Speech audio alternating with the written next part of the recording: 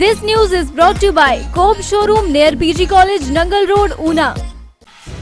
हरोली उपमंडल के लूठरे गांव निवासी एक परिवार की कहानी हर किसी का दिल पसीज देने वाली है। करीब 2 साल पहले लंबी बीमारी के बाद संजीव कुमार का ब्रेन काम करना बंद कर गया था, जिसके बाद से लेकर आज दिन तक संजीव कुमार कोमा की हालत में है। पति के इलाज के लिए पत्नी ने बचाई हुई तमाम धनराशि खत्म कर दी। ऐसी परिस्थिति में अब मोनिका ने अपनी पति के इलाज के लिए जमीन जायदाद बेचने का फैसला लिया, तो इन परिस्थितियों में भी कानून आड़े आ गया और अब उसने पति के नाम वाली जमीन बेचने के लिए कोर्ट का दरवाजा खटखटाया है। ऐसा नहीं है कि इस परिवार ने सरकार से मदद नहीं मांगी। सरकार को परिवार ने लाखों रुपए के बिल भेजे हैं, लेकिन अभी तक इस परिवार को मात्र 15,000 रुपए की आर्थिक मदद ही सरकार की तरफ से मिली है। मेरे पति है ना 2 साल से वो कोमा में है, उनका ब्रेन डैमेज हो चुका है। पहले तो वो डिप्रेशन में चले गए थे, तो बहुत इलाज कराया, क्योंकि बीमारी को लेकर ही खुद ही बोलते रहते थे कि मेरे को कोई बीमारी लग गई है, कुछ हो गया है, मेरी बीमारी का कोई इलाज नहीं है। फिर धीरे धीरे बहुत इलाज कराते, पैसा भी बहुत लगा दिया हमने, PGI DMC कोई हॉस्पिटल हमने छोड़ा नहीं है कि जहाँ इनका इलाज नहीं कराया। फिर भी ये ठीक नहीं हुए, इनमें ये डिप्रेशन भी चल गया, इनका दिमाग भी डैमेज हो चुका है। तो अभी खर्च करना बहुत मुश्किल हो रहा है, क्योंकि इन पर तो खर्च आप देख सकते हैं, क्योंकि गल जो पैप है वो भी चेंज करनी पड़ती है, वो भी 2 पैपें लेनी पड़ती है, तो वो भी 2400 की आती है। 15 दिनों बाद पैप नाक की चेंज करनी, गाड़ी का एम्बुलेंस ड्राइवर वगैरह खर्च, तो ये भी बहुत है। बच्चे हैं, घर का खर्च कैसे करना है। ये तो हमारी फैमिली अच्छी थी जो अभी भी सपोर्ट कर रही है, पर इस टाइम गुजारा करना बहुत मुश्किल है। तो सरकार की तरफ से आपको कोई मदद मिली? नहीं, सरकार की तरफ से अभी तक तो कोई मदद नहीं मिली। इस महीने 2000 पेंशन लगी है इनको, तो उससे भी क्या बनता है, आप सोच सकते हैं। गुजारा तो बहुत मुश्किल है। वो जो रिश्तेदार है सभी भाई जेठ सभी हेल्प कर रहे हैं, पर अभी तो वो उनका भी हाथ खड़े हो गए, क्योंकि इतने साल हो गए। जो इनके नाम पर ज़मीन थी वो मैं बेचकर इनका इलाज कराना चाहती थी, पर उसका भी कोई हाल नहीं है। कचहरियों में चक्कर लगा लगा कर मैं भी थक गई, क्योंकि मेरे को उनकी पावर टोनी नहीं मिली अभी तक। वो बार बार डेट पर डेट डाले जा रहे हैं। तो अब सरकार से क्या मांग सकते हैं?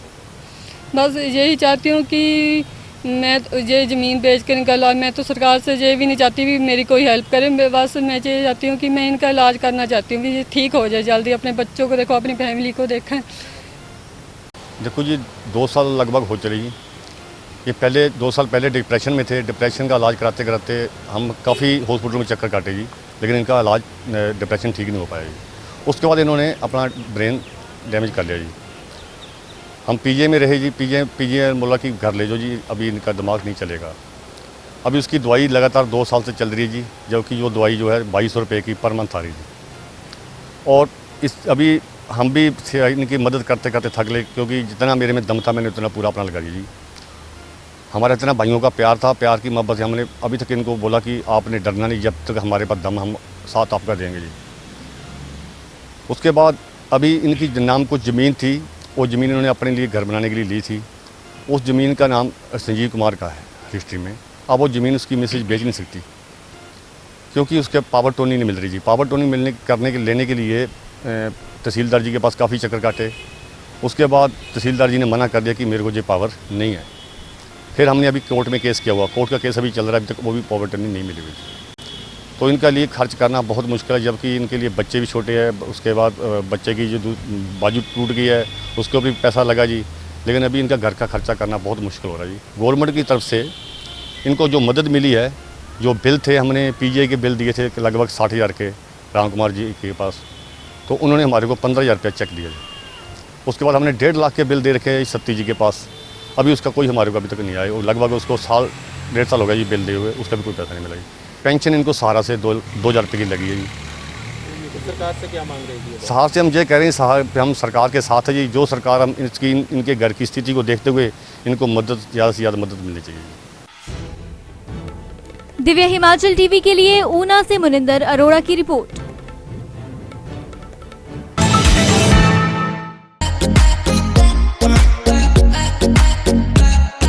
रक्षाबंधन के उपलक्ष्य में ऊना के कोब शोरूम में पधारें और विशेष छूट का लाभ उठाएं।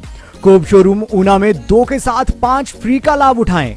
अधिक जानकारी के लिए संपर्क करें 99997020480762132116 पर और विजिट करें कोब शोरूम नजदीक PG college Nangal road Una. Una Nangal मार्ग पर पालिका बाजार के सामने खुल गया है हंग्री पॉइंट फूड चेन का 71वां आउटलेट। यहाँ पर pizza, pasta, burger, sandwich, fries, bread, dessert सहित अन्य लजीज व्यंजन उपलब्ध हैं। साफ सफाई का रखा जाता है विशेष ध्यान। हर बुधवार को हर एक मीडियम या लार्ज पिज्जा के साथ एक मीडियम या लार्ज पिज्जा फ्री।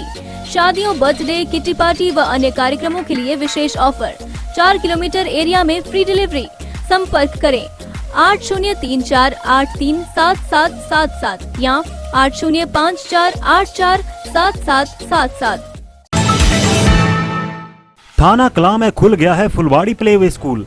स्कूल की प्रिंसिपल आरती वशिष्ठ ने बताया कि स्थानीय जनता की जोरदार मांग पर फुलवाड़ी प्लेवे स्कूल थाना कलां में खुलने से अब छोटे बच्चों को दूर दराज तक नहीं जाना पड़ेगा, क्योंकि फुलवाड़ी प्लेवे स्कूल जिसमें नन्हे मुन्ने बच्चों को हर प्रकार की सुविधा उपलब्ध है, जिसमें बच्चों को खेल खेल में शिक्षा देने की उचित व्यवस्था की गई है। अधिक जानकारी के लिए संपर्क करें 9816052152 9861896232। मैं आरती विशिष्ट व विशिष्ट परिवार की ओर से ग्राम पंचायत थाना कलां में जनता की मांग को देखते हुए फुलवाड़ी प्ले स्कूल की शुरुआत करने जा रही हूं, जिसमें बच्चों को खेल खेल में शिक्षा दी जाएगी और आने वाले समय में इस स्कूल का और ज़्यादा विस्तार किया जाएगा। फुलवाड़ी स्कूल खुला है जो थाना कलां में, इसकी बहुत ज़रूरत थी यहाँ पे पूरे एरिया में। थाना कलां क्षेत्र में हमारे दूर दूर तक कोई स्कूल नहीं है, इसलिए हमने छोटे बच्चों के लिए एक फुलवाड़ी की वो करी है और पेरेंट्स का ये डिमांड थी और हम इसको स्कूल को आगे लेके जाएंगे। यहाँ पे हमने थाना कलां क्षेत्र में एक फुलवाड़ी स्कूल खोला है छोटे बच्चों के लिए। तो यहाँ पे प्लेटफॉर्म था नहीं, तो हमने ये छोटे बच्चों के लिए प्लेटफॉर्म चलाया है। तो सब बच्चों को यहाँ पे फैसिलिटी मिल रही है, छोटे बच्चों को लाएं और यहाँ पे सुविधा लें इस स्कूल की।